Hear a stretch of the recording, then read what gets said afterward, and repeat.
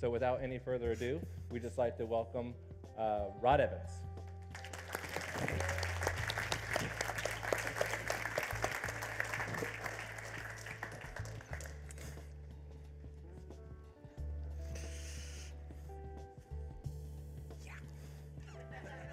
All right.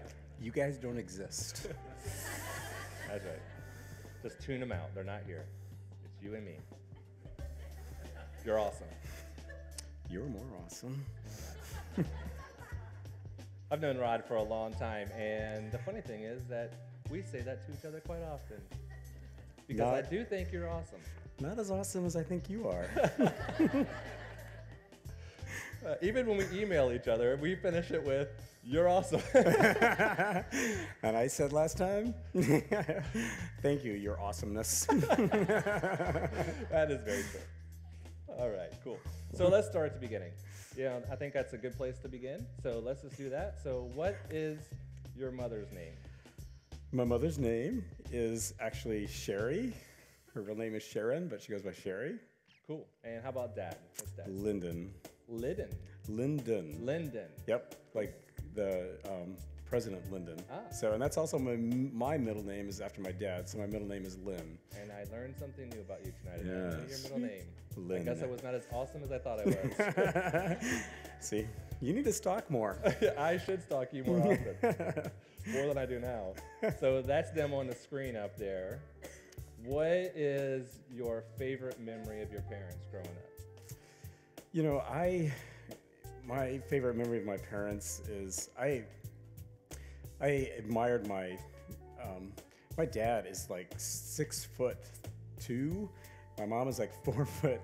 She's shrinking. She's maybe possibly 4'10" now, something like that. But I always admired my family because they really. I know you asked me my favorite memory, but you know what?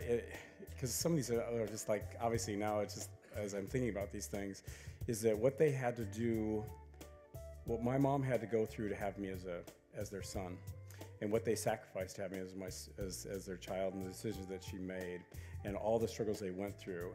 My mom was very young when she had me, and my parents were very, very young when they had me. And so they had a lot of struggles, and there's a lot of sacrifices that they had to go through. But I admire them so much for the decisions they made and all the things that they've gone through. It's just, it's very admirable. So That's very cool. And I think the older you get, the more you realize that. You know, right when you're young, you don't realize what the parents are doing for you as far as sacrifices and things like that. But me, myself, even as I got older, I realized, you know, what they did for us as children. You know, they gave a lot. You know, parents give a lot to their kids. Yeah. I think that's very cool. yeah, so yeah, at the time you're like, well, this sucks. I have to buy my own clothes. I have to do this. I have to do what? What are you doing? I mean, yeah. And now you're like, you know what? That was pretty awesome. Yeah. Right, cool. So where were you born? I was born in Mount Air, Iowa. So where the rumors were more exciting than the truth. It's a community of about 800 people. So yeah, so you have a town square, and the excitement was, you know, driving around the square. Yeah, it's a pretty exciting town. Many times, over and over. Yeah. Hoping that you see somebody you know when you go around the Oh square. yeah. That's cool. People But then- dating your cousins. You know, it was an exciting community. That's awesome. So how far, like you're in what town now? So I'm in Sioux Falls, South Dakota now. So. And how far away is that from your original? From and how my- did you get there? How did you get to Sioux Falls? So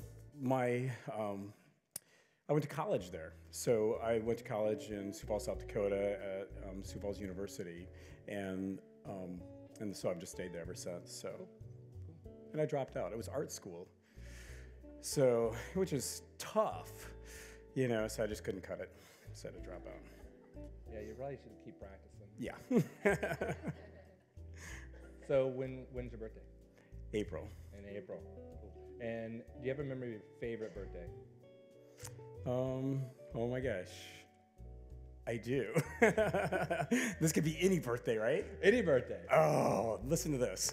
Okay, so it's a normal day at my studio, right? I have appointments coming up, whatever, okay? My wife is like, I'm going to stop by the studio and drop off your birthday present. I'm like, it's like, I got an appointment in 10 minutes. What? She never comes out of the studio. She does our accounting and bookkeeping for our business. I never see her during the day ever. So I'm like, all right, fine. So she comes over to my studio and she's got a gift there for me to open. And I open up this box and I'm in a hurry because I've got an appointment in 5 minutes, you know? So I'm like, okay, what is this?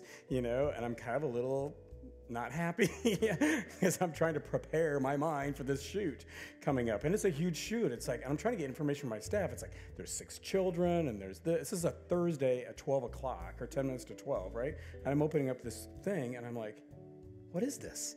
It's tickets for Cirque du Soleil. They're not in Sioux Falls tonight. It's at 7 o'clock tonight. In Vegas? What the crap? She's like, yeah, your bags are packed. We're leaving for the airport right now. I'm like, you're kidding me, right? No, you have no appointments on the books. My staff was all in it. My family was all in it. Very cool. I'm the only one that doesn't know. Yeah, that's awesome. That's really cool. And she's like, and by the way, you always said you wanted to jump out of a plane, right? I'm like, yeah. Saturday morning, you'll be jumping out of a plane in Vegas. So, yeah. That's awesome. But she did take out a large life insurance policy on me. As well she It was should. a good, I wasn't sure where this was going, but I'm still here. All right, you have a sibling, right? Best wife ever. Yes, this is my younger sister. We're 11 months apart, actually. Wow. So, yes, my sister and I have the same birthday, or we're the same age for a few weeks during the year. So, yeah. So being that close, 11 months, are you guys like best friends? Or were you bitter enemies? Yeah. Well, I love my sister a lot, but I'm not sure if I showed that because she was in the hospital and doctor's office many times. I don't know why. I continually seem to slam her fingers in doors. Don't know exactly why I did that. Oh, look at you. You're so cute there. Oh, you know, when I put this slide in here and I was looking at this image of my sister and I, that picture was in the newspaper as like, this little lady's name is, and the gentleman's name is blah, blah, blah. And this must have been some photographer's promotion that they were doing, right? They took our picture and then put it in the newspaper. And I look back on this picture and I really think this may be kind of one of those seeds that was planted in my mind of why I wanted to become a photographer, because I was never that cute. But that photographer was good, and I liked that. I think I liked the fact that, you know what I mean, the attention, the confidence, all that came with that image that was created, and all the buzz, and kind of like, it was kind of weird, and so yeah, but that was some good retouching there. Yeah. That's some great style you got. Thank going you. on there. Fashion style started early for me as a child. I've continued to carry this fashion with me. Tell us Thank about you your very much. first. How about your first camera? What about your first camera? Do you remember what your very first camera was? I absolutely remember my first camera because I know my parents thought I was insane. I took my entire savings, because obviously I worked when I was very young and so forth. At 14 years old, I went out and bought my first camera. Spent $1,200 on it, and it was an Olympus camera, and I bought all the lenses and bags and everything that go with it. So, yeah, That's really awesome. Yeah. That's the theme of our night. Awesome. It was awesome. All right, so we're gonna go back to that awesome wife of yours. So let's talk about her a little bit. Here we are. Where'd you guys looking hot. Thank you very much. I know what you're thinking right now. Is that Kip from Napoleon Dynamite? And my wife? But no, it's me. And the big hair. Yeah, it's pretty awesome. Where did you guys meet? So I've got some great stories about my wife and I. So obviously I'm very, very much in love with her.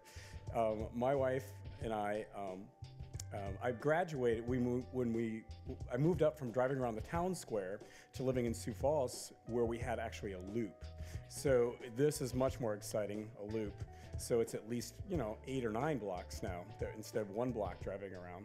So I'm on my crotch rocket, driving around the loop with my buddies, I see this hot chick as I'm driving around. We pull into a Hardee's. Her and her girlfriend pull into the Hardee's behind us and sit down in a booth across the way. They were stalking us, and I didn't know it. My buddy says, why don't you go over there?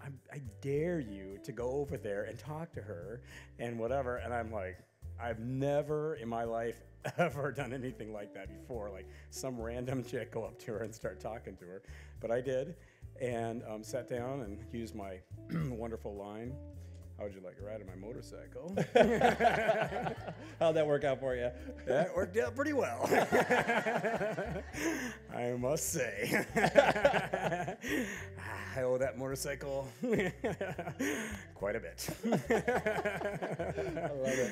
Yeah. So that we were. That was it. I mean, that honestly was it. It honestly kind of was love at first sight for both of us, honestly, and that was it. There was no one else. That was the time we started dating. She looked so young, and I'd been picked up a few times for having underage girls without helmets on my motorcycle, and that's expensive. And so I actually asked her for a driver's license so I could see her ID before I let her ride with me. What a way to get going on things. But hey, I was tired of $100 tickets. So yeah, when we were talking earlier, you told me you have a pretty awesome proposal story, so I'm pretty sure everybody wants to hear about that. Okay, so this is pretty awesome. So I used to manage movie theaters as part of one of my first jobs was managing movie theaters. So I still continue to go to movies. My wife and I probably go to at least 2 movies a week, so I love movies. And so we're dating, obviously, and one night I'm like, hey, let's go to a movie. It's a Tuesday night. And we're sitting in the movie theater waiting for the movie to start. And up on the movie screen pops up a sign that says, Heidi, will you marry me? With a picture of our engagement ring. She looks around and goes, I'm like, yes. You. She's like, drops her popcorn, breaks out into tears. The usher comes down with a dozen roses, the engagement ring, and to her, and I'm waiting, like, and? Are these tears of joy? What's gonna happen? There's only a couple hundred people in here. And obviously she said yes. The audience breaks out into applause, and we left the movie theater. To actually go talk to, I'd actually asked her father for his permission and approval, and we went back to her parents' house, and the rest is history. What movie was it? Oh my gosh, it was a horrible movie. We went back and saw it later, but it was just some terrible, terrible movie. Like, my wife will remember. She'll kill me if she sees this, and I don't remember. So edit. Oh my gosh. Oh, and yeah. Terrible movie. Like we'll forget about the movie. Like we'll a edit all that death out. murder movie of some kind. It wasn't a romantic movie at all. So let's talk about your family. Let's talk about your girls. You're like me. You got multiple girls in your family. I do. Yeah, that's why we don't have any hair, dude. That's right, dude. Yeah, it's all in shoes in our house. Yeah. So I have 4 daughters. My oldest is 21. My next one's 20 years old, a 13-year-old, and a 10-year-old girl. So, what are they doing? What are the older ones doing? I mean, I'm sure the other ones are in school. So what are the other ones? So Amanda is my oldest, and she's a manager at Sephora. She's actually one of their youngest employees, and she's actually a manager there. Loves what she does, gets to travel around and be trained, and is kind of basically kind of a skincare product line specialist and trainer for them. So she absolutely loves it. So she's went to school in California at a really prestigious both film school, and then went to school for a makeup school also when she was out there, called the Mud Academy is where she went to. So my other daughter is Larissa, and she's in nursing school. She just had her white coat ceremony on Monday night, so we're very proud of her. She's a 4.0 student. She's like her mother, intelligent. Me, not so much. Yeah, no, not kidding. No, No, I almost did not graduate. Do any of your You think that's funny? No, I don't. That's because you're spending. I had straight A's in art. You know, I was Yeah. taking college art classes in high school, but not so much in the other ones. I would beg my professors in my history class or something like that. I'm like, hey, can I, instead of doing that 20-page paper, like do a painting instead, or a mural or something? And actually, some of them let me do that. So I like painted like a giant mural instead of a 20-page essay, because I would have gotten an F anyway, and did that instead. So it was cool. For 1980 when I graduated, it was pretty cool. So that is cool. Maybe if you spent less time on that motorcycle, you would have better grades. Hey, but look what I got. That is true. Hey, yep, that is true. So let's talk about your studio a little bit. I had the pleasure of being there a few years ago, and it was just an amazing space. So we definitely want to show everybody that and talk about it a little bit. So I know it originated as a... So my building? Yeah. Yeah, it was originally Burlington Northern Railroad's headquarters actually was in my building. And then was a law firm, was built by John Phillips, who was an attorney or whatever, built this building in like 1890 or whatever is what it is. So I bought the building, and I recently just a few weeks ago paid it off. And so I actually do own the building finally. And I've done a lot of restoration to it, and it's a building, but it's awesome. It is pretty awesome, and I think we probably should show how awesome it does look. That's the outside of it, obviously. Yeah. And then tell us a little bit about the decorating on the inside. So I'm obviously redoing it right now, but this is what it looked like a couple weeks ago. And but on the inside, it's hardwood floors. It's actually maple and cherry every other board. I unearthed the brick walls in the building. It actually has the original tin ceilings in it. In 1970, this building was on the demolition block, but it was saved by Architecture Incorporated, who's who I bought the building from. They're an architectural firm, and so they went in and did all the heavy restoration to the building because pigeons were living in it. And so they did all the work as far as new windows and electric and taking out the oil burner thing and stuff like that. So I just did the pretty restoration to it. So yeah, pulled out the carpets and the disgusting fluorescent lighting and all of the European cabinets in an 1880 building. I mean, it was kind of weird. So yeah. And for a while there, I think you were growing some moss in the studio. That moss is still kind of growing right there on the walls. So that E on the wall is actually moss that my daughter and I, like my youngest one, dug up and then glued it on the wall using a beer and butter mixture. And then we go in and use it kind of every week, kind of just use a mister to keep the moss growing on the walls. That's really cool. Pinterest. Dressing room, shooting room?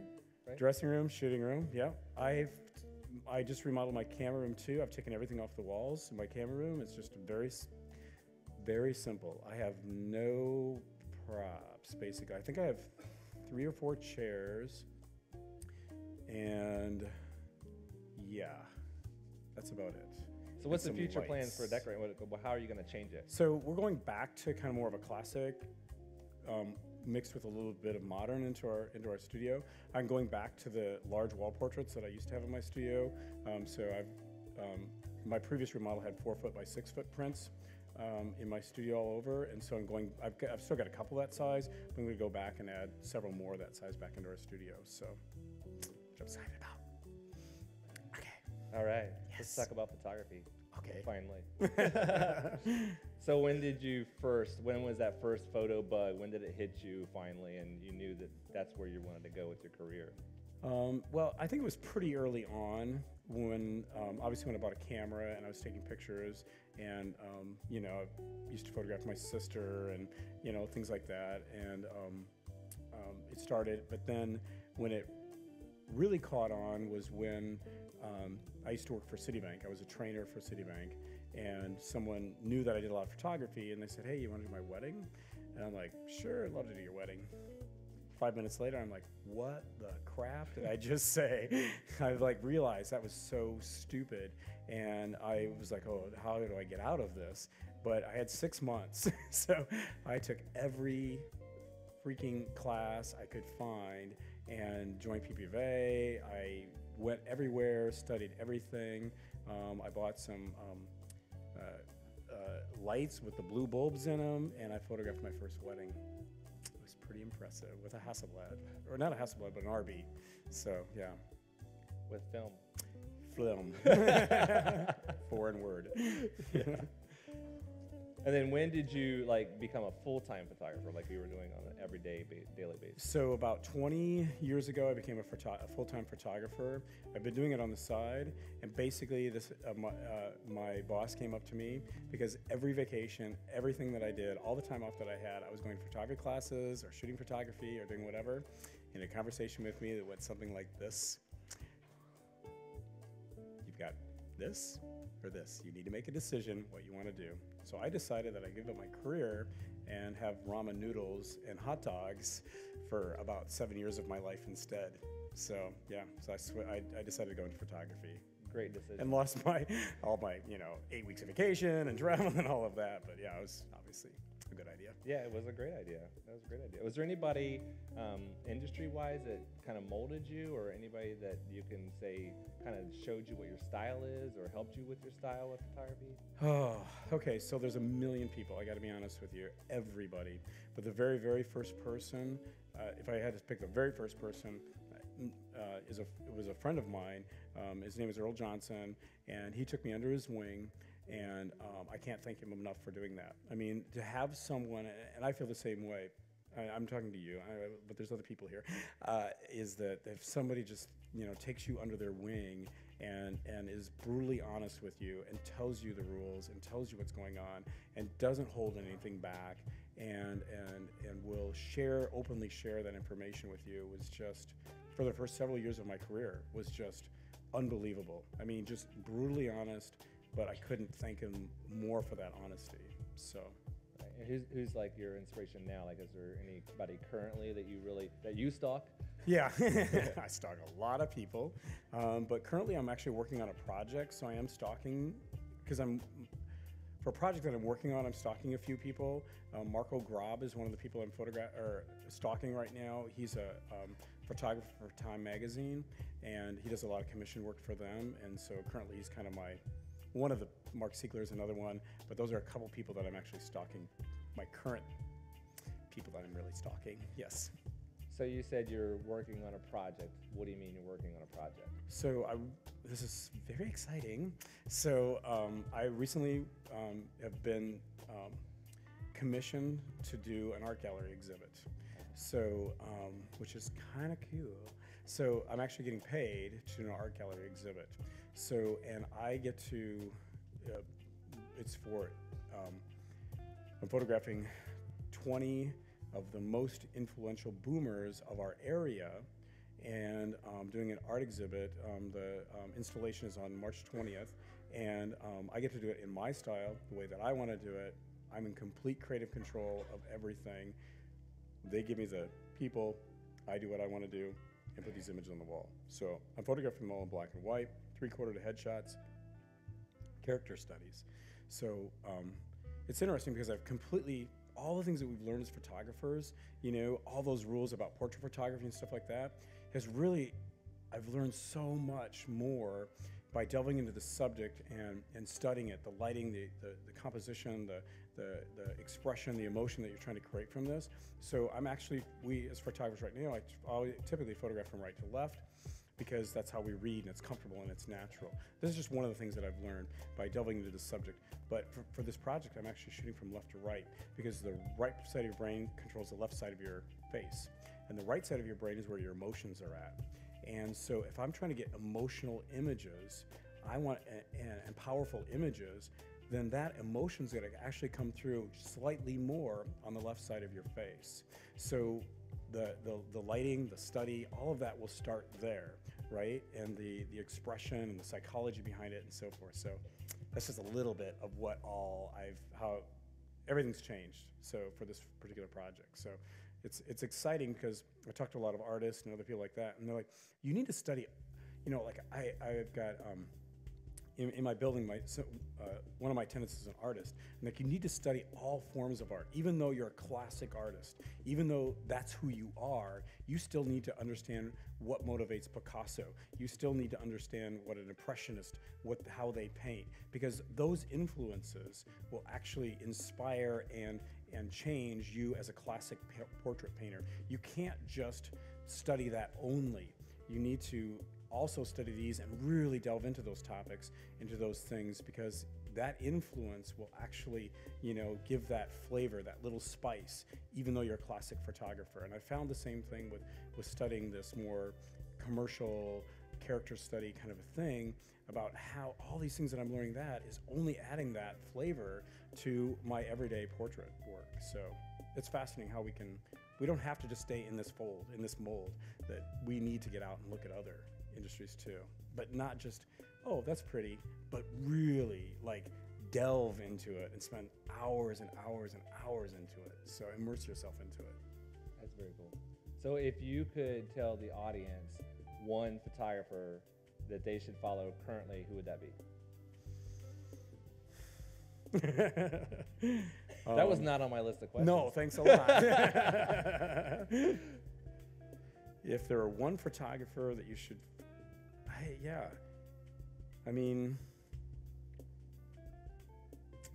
Karsh or Marco Grab, or I just one. Sorry.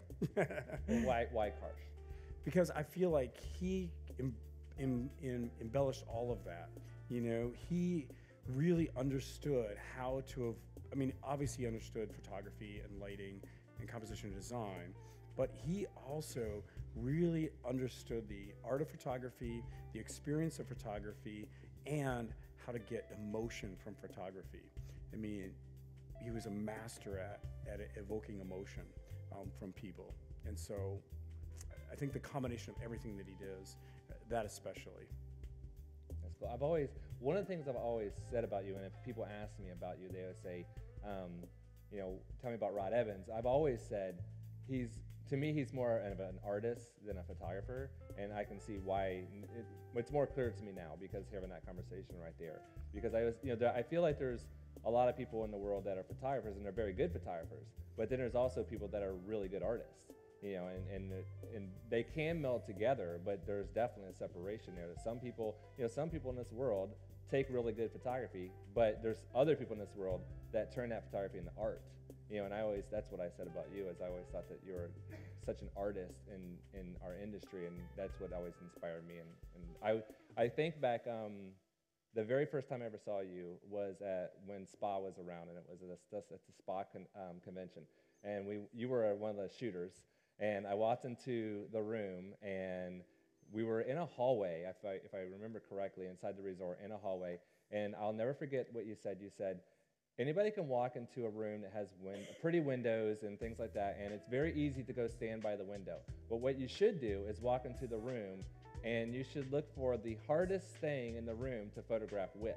And you stood this beautiful model underneath a can light, and that was the light coming on her face, and you created these amazing images from either a can light or a sconce light that was just right on her face, when there was all this other stuff around that would have been the easy choice, but instead you took the hard choice, and I always thought that was really awesome.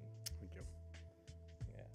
So let's talk about your photography a little bit, shall Okay. we? That's a good segue right there. So tell us about some of these images that we're going to show. Well, I guess, the reality is that these are a few of my favorite images, but obviously it's more about the story than the image. And there's a reason, okay, let's cry. No, all together now. All right, so the reality is that before I even start talking about these images, is that I always do projects, I always push myself, I always want to be prepared. I push myself to be at the best of my game all the time, because I never know when a project's going to be present itself, an opportunity's going to present itself, and I want to be ready all the time. My mission for myself personally is for people to see the beauty in themselves. Hands down, it's just that simple. And so I want to be ready for that all the time. This young lady's name is Kaylee. She has a trach. She's a tiny little thing. She's cute as a button. She's got this cute little group of friends or whatever, and they raised several $100s to have her senior pictures taken. And her mom called several photographers and said, "Hey, my daughter is handicapped, and her friends got some money together, and so could you take her senior pictures?" And she was turned down multiple times by multiple photographers. She called us. Obviously, I'm like, "Well, yes. I mean, I can do this, for you. I would love to do this project for you." And she was in tears that we would create these images for her daughter, and we created this beautiful series of images. I took their money and and turned it into much more than that, because they're just the sweetest girls ever. And I still follow Kaylee today on Instagram. She's just the sweetest little girl. So cool, great story. So what do we have going on here? So this is this image really reminds me of the fact that we always need to be open to not just, like you have a vision, like a pre-visualization of what happens in your mind. I'm putting this beautiful little child, and she's doing awesome stuff. I mean, she's doing the hands and the touch and the thing and the arms, and pretty soon she's like beat, and she just like squats down, peeks up at me, and I'm like, "Oh yeah, baby, right here it is."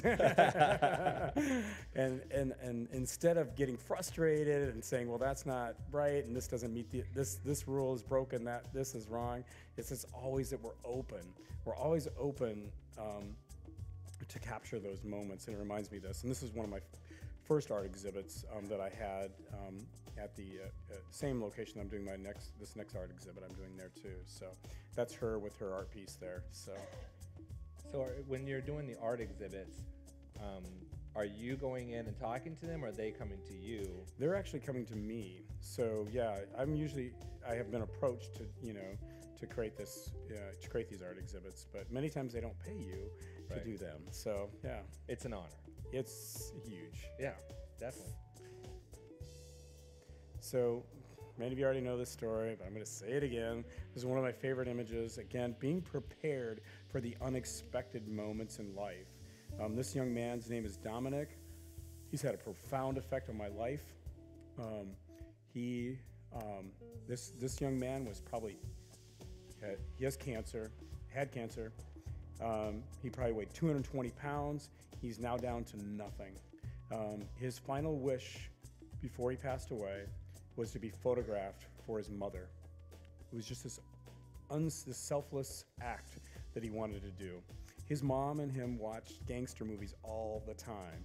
They love mobster movies, Al Pacino and all of that.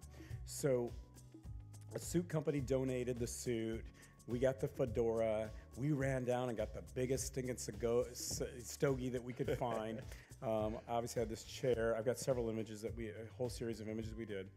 The second that suit arrived, which was like 5 o'clock on a Friday, we called him. They brought him in. He was in a walker. He could barely stand. And I sat him down, threw that fedora on him. I had mobster music playing on my Pandora. We had movie tickets and a little thing, we created this whole theme for him to come into the studio and create these images for him. And so we created the images on Friday night. Saturday, he made his funeral arrangements. Sunday, I delivered the images to him. On Wednesday morning, he passed away. He held on for this gift and for his mother to open and see these gifts given to him. And so there were a whole series of beautiful images given to him.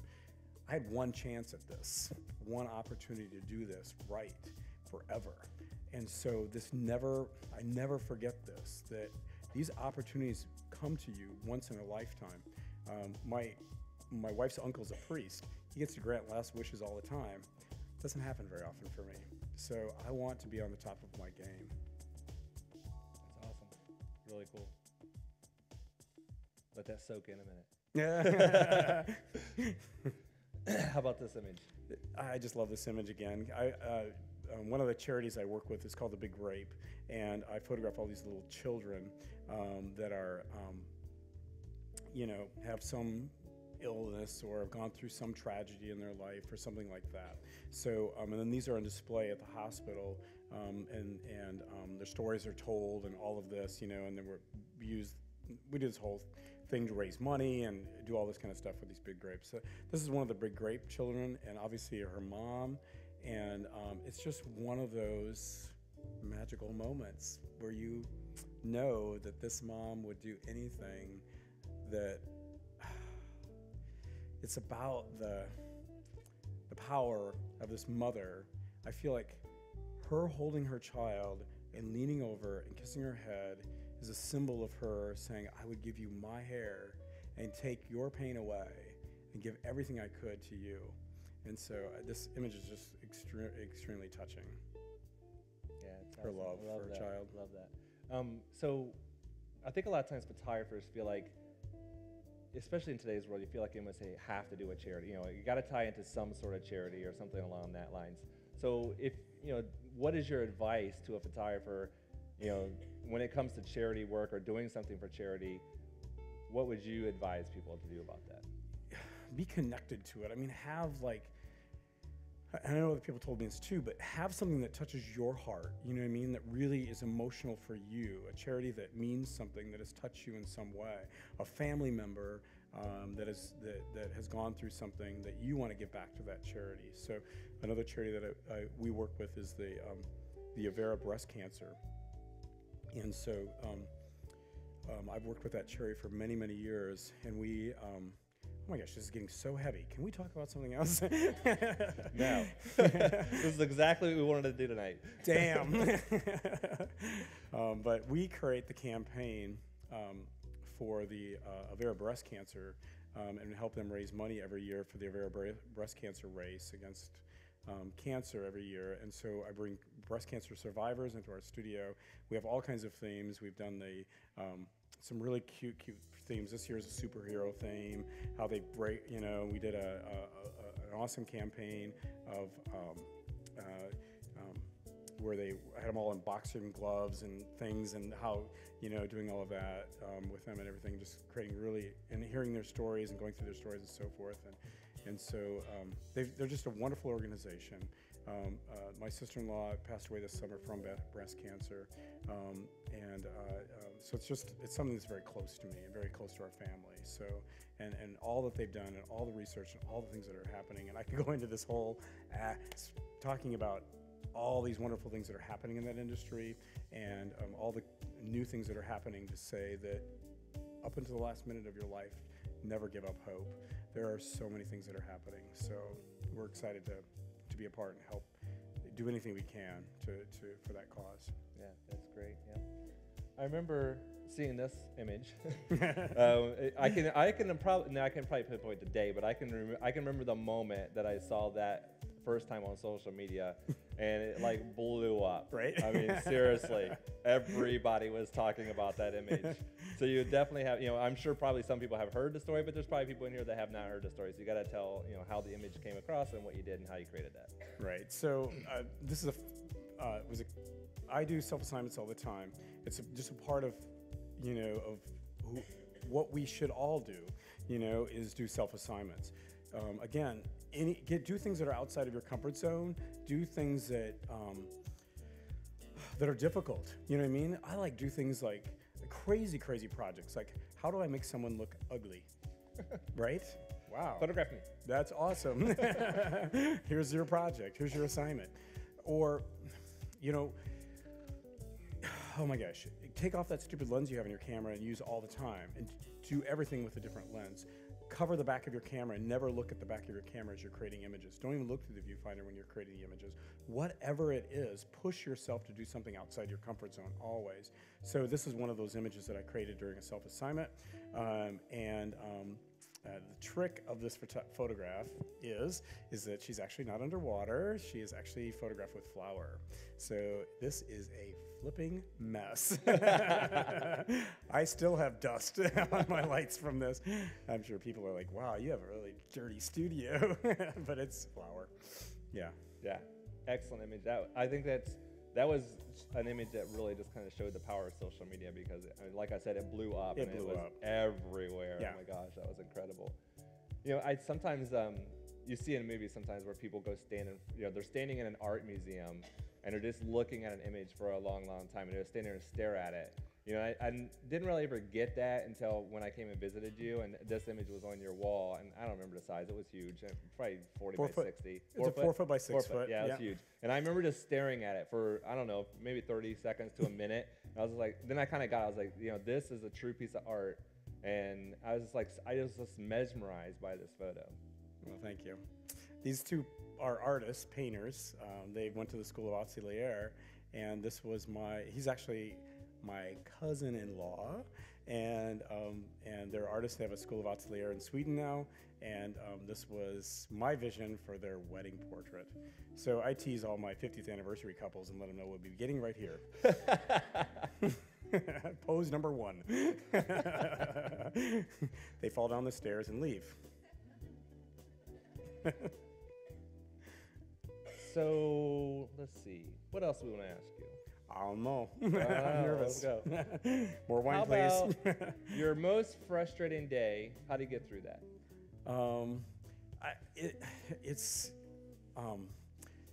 It's not hard. I mean, because okay, so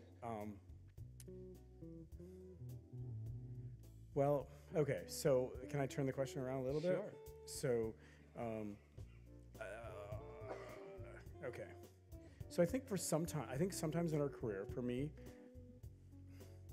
I don't know what all your questions are, but I've got some answers.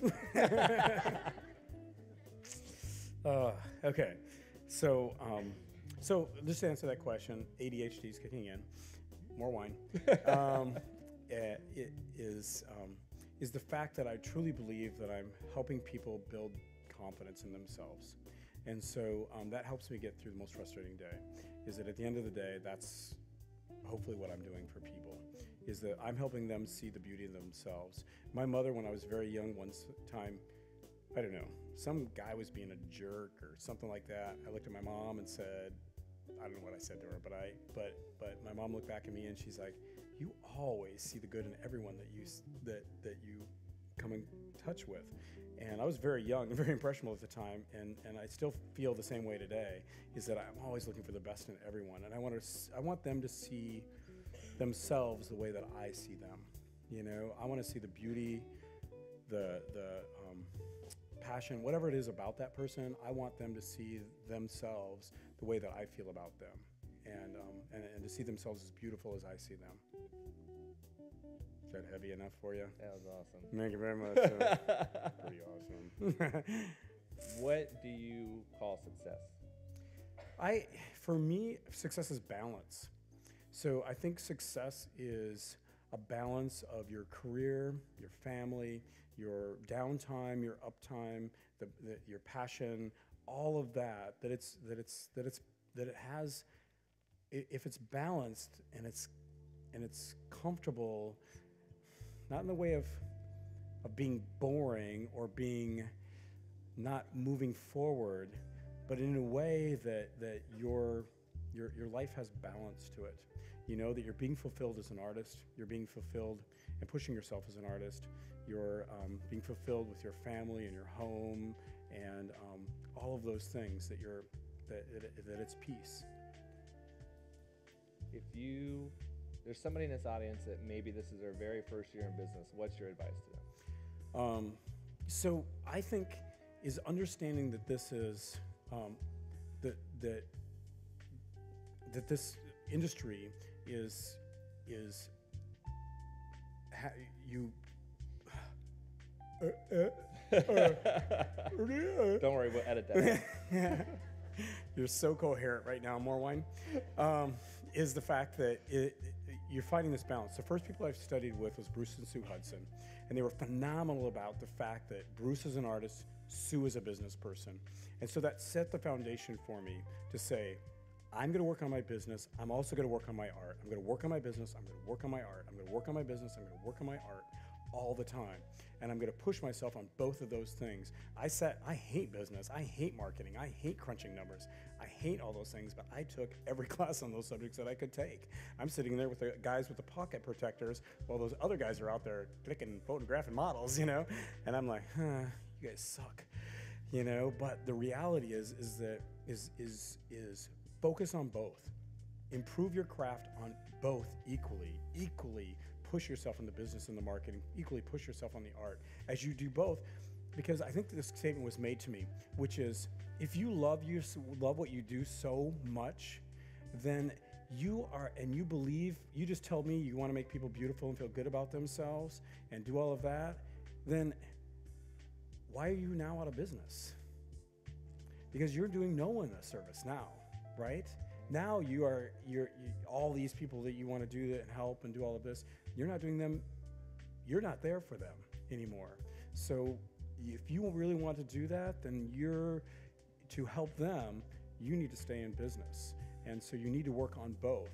So that really struck a chord with me. That's like, I do believe that, and I do want to stay in business. So, yeah.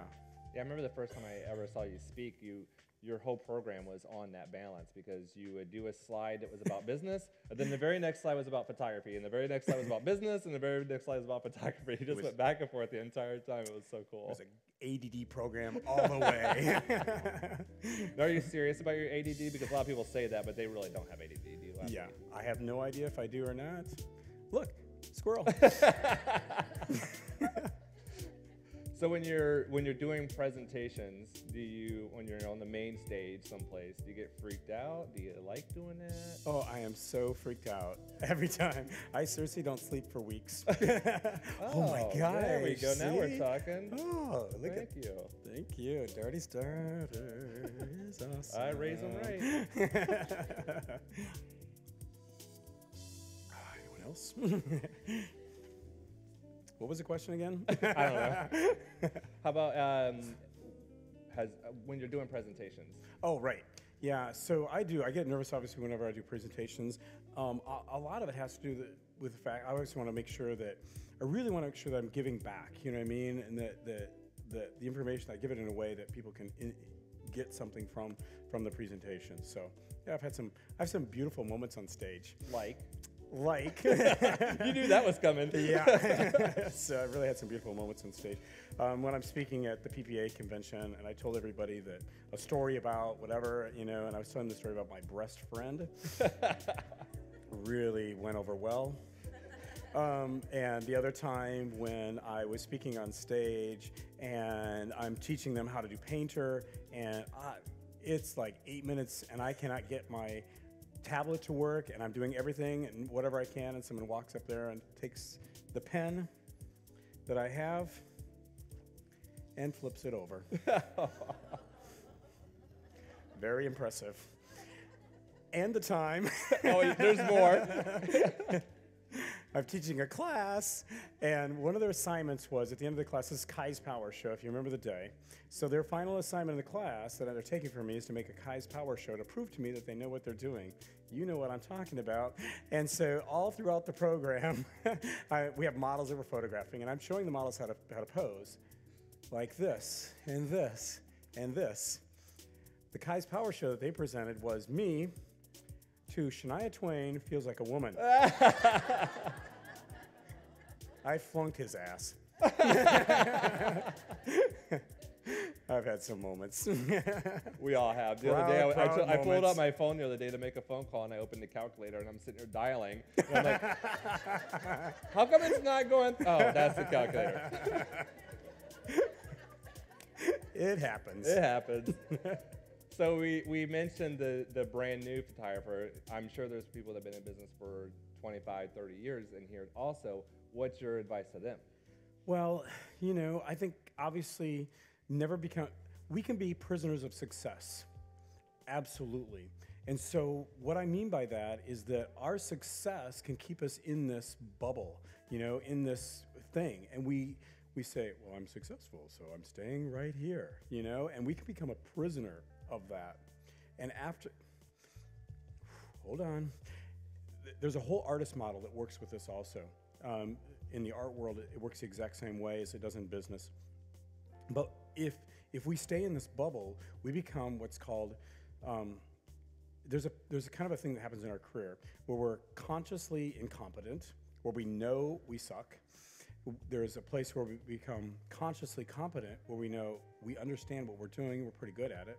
And then what happens, if we can happen possibly, is we become unconsciously incompetent, right? We don't know that we suck. And so it's kind of a bad place to be. And then all of a sudden we realize, oh, we become conscious again and realize that we do suck again. And so we can kind of be, and it's a kind of a good place to be, is kind of that consciously incompetent, because it's where we break through. It's where we go out and study again, and where we go push ourselves again to learn something, to grab something onto something new, and not become the prisoner of success, to keep pushing ourselves outside of that realm. So it is deep. Have you ever thought to be an art teacher? Yeah, that's what I wanted to be, was an art Really? teacher. Yeah, that's funny. Yeah, I did. I wanted to be an art teacher. Well, why Well, yeah, No? no. I sat in the teacher's lounge when they were having, you know, like you have your, whatever, you know, as you're going through school, you go and you have the week of, you know, I'm on the job or whatever. I don't remember what that's called or whatever. I sat in the teacher's lounge and went, that ain't happening. After sitting with those guys. What do you want to do when you retire, or will you ever retire? Yeah, I'm not sure if I ever will retire, because I do love what I do so much. There's never been a plan B, by the way, for me. There has never been anything else that I've ever wanted to or ever thought about doing. It's always been this is plan A, and there is no plan B. And I really feel if there is a plan B, it distracts from plan A. And your mind will wander to plan B once in a while, and it cannot be allowed to wander to plan B ever. So there is no plan B. There is only plan A. That's awesome advice right there. All right, I'm going to get to my last questions, and then we're going to take a few audience questions. So, Chris, get the microphone ready if you don't mind. So, well, I have a couple of things I could say. well, what do you want to say? Tell me. Yeah, what else do you want to tell Well, me? I could. I would like to, you know, like, okay, so it hasn't been a bed of roses the whole time. You know what I mean? It's just like, oh, I started my studio, and I look at, you know, and we have this big studio, and I take pictures, and awesome. You know, it's not like, it really hasn't been like that by any means at all. I mean, there was a point in my career, this is for people that are starting out in their business, is that there's a point in my career where okay, they shut the water off at my house. I could not pay my water bill. I had to take, I literally went to the studio, filled up water jugs, and filled up my toilet so we could flush the toilet and then cook our, and then, well, they didn't use that same water from the toilet to make our ramen noodles. Wasn't that bad. Or whatever, you know, but, you know, I mean, just really, really tough things you've had to go through or whatever in your life. And then I went to, I mean, we were poor as dirt, but I went to my lab, right? I'm spending a lot of money with my lab, and I'm like, help me, what is going on? I mean, I don't get it. I mean, I have all this business. I'm busy till 2 o'clock in the morning. I'm photographing every day. I'm masking negatives at night. I mean, we are ridiculously busy, and I'm photographing constantly. But at the end of the day, I can't pay my water bill. And so I went up there to get advice. I'm one of their biggest clients, to go up there, and they're financial wizards. So I drove up there, my wife and I did, and sat down with them. And the conversation, at the end of the conversation, he said, your photography sucks, basically, and you really need to consider a different line of work, was his advice. I'm like, I'm one of your biggest accounts. What are you saying? And we drove home from that conversation, my wife and I, in tears, you know, wondering, really, is this really what I'm supposed to be doing? And I said, yes, this is really what I'm supposed to be doing. And I'm going to freaking figure out how to do it. And so I did. I mean, I took that on as a challenge. And so that's kind of my advice to other people, is that, you know, he was right. My photography did suck. And it was bad. And I didn't have a clue about business or money or numbers or pricing or anything like that. But I was going to figure it out. And so so I went back and did. I did figure those things out and push myself and change those things and to move on my career. And there's been several points in my career where things like that have happened, where these down things, these downward spirals, can actually bring you to a place where you never thought you could be as a result of that, and how you've picked yourself up and pushed yourself to other places. So, believe in yourself, believe in your passion, believe in where you're going, and get smart about it, study about it, grab onto everything you can do about it, but be honest with yourself, first of all, and understand your situation and understand where you need to get help and go get it. Great advice. I had to say that. That's fine. So do you ever go back to that guy at that lab and say, in your face? Nah. What do you know? Yeah, take that. Anything else? I'm good. All right. On the TV show, they asked the same 10 questions that everybody that's always on the show, and I'm just going to steal those exact same 10 questions. Okay, and I've never seen this show. I know. So here we go. And go. All right. What is your least favorite word? Can't. Good one. What turns you on? Jeeps. Well,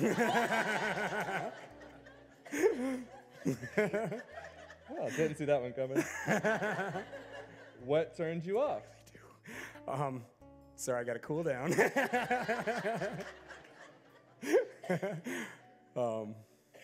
What turns me off? Oh,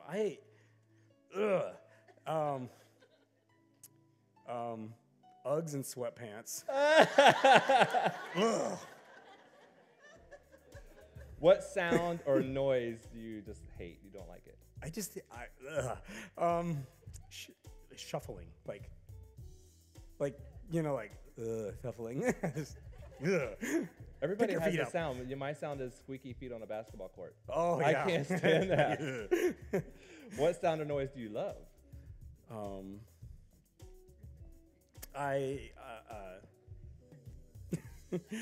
Starting my Jeep.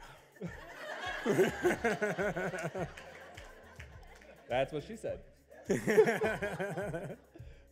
What is your favorite curse word? Crap. God, that is minor. I try not to swear. What profession other than your own would you like to attempt? There is none. Yeah, there is no. I will not even let that thought enter my brain. I've done that before. It's a bad place to go. Yeah. Yeah. And is there any profession that you would say, I will never do that? Fast food. Yeah. And then if heaven exists, what would you like to hear God say when you arrive at the pearly gates? Nice Jeep.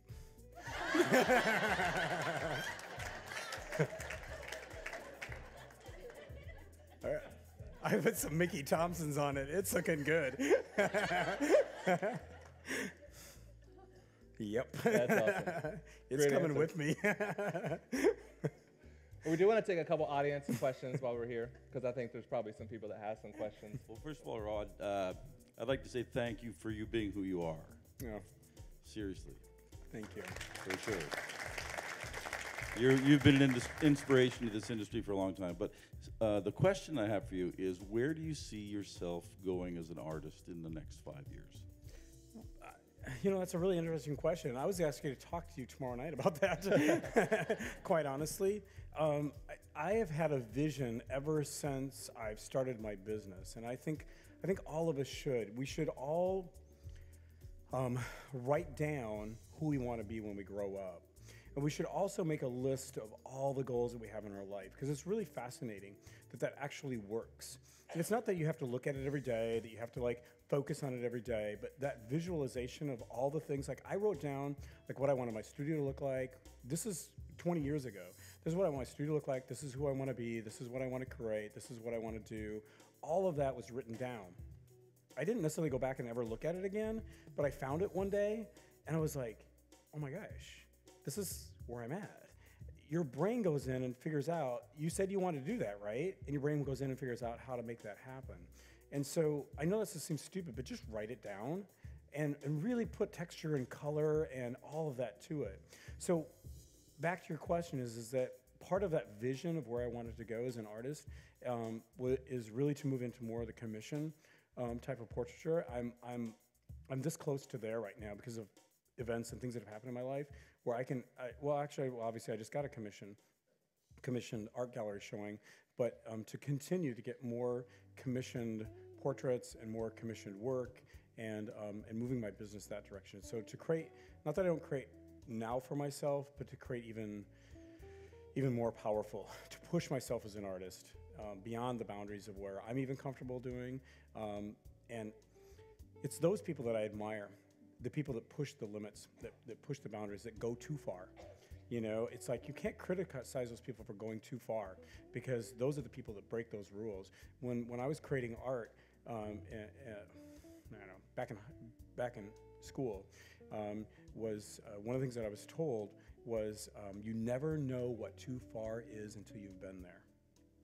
So you need to find what too far is, and I have not explored what too far is, and so I'm pushing myself, and I want to find that in the next few years.